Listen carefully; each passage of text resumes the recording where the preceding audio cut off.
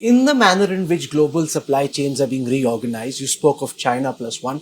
Do you see India being the biggest beneficiary or just one of the many beneficiaries of a new emerging trade order? At this point, it is one of the many beneficiaries. When people think about what do I do to replace China, their first thought is Vietnam or Thailand or places like that.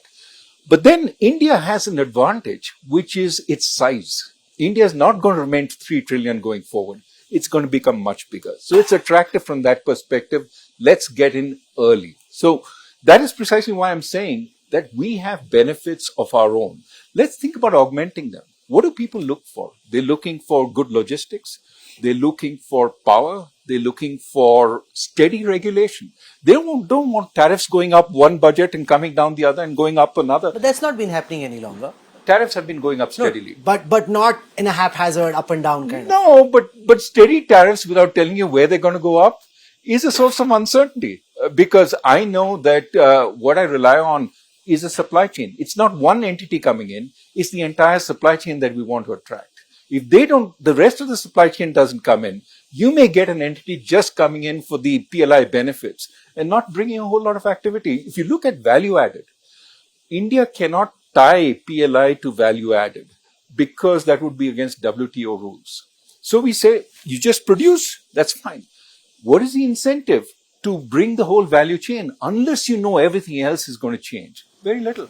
Dr. Rajan, you were in the news recently when you joined Rahul Gandhi as part of the Congress's Bharat Jodo Yatra, and that had the BJP jumping up and down and saying, this is Dr. Rajan showing his political colors. हमें तो पहले से ही पता था, this man wants to be a politician, he wants to be the Manmohan Singh for Rahul Gandhi, and all that he's been saying, criticizing the Modi government, is because of his political intention.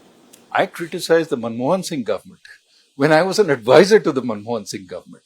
And there was a time when I remember Ishar Aluwalia, I and T.N. Nayanan, as well as Dr. Subbarao, were on the panel with Dr. Manmohan Singh. Every one of us, except Dr. Subbarao, criticized what the government had been doing. This was 2011. Dr. Manmohan Singh sat there, took it all, and said, this means we have to change. That's the kind of attitude a government should have. Take the criticism and then learn how to course correct.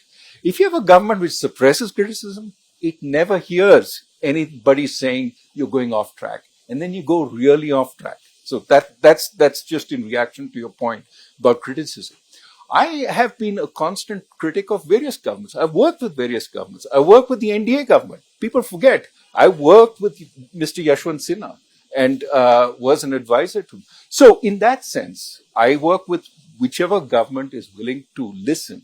Now, Mr. Rahul Gandhi, that was a march which I thought was about three very important things.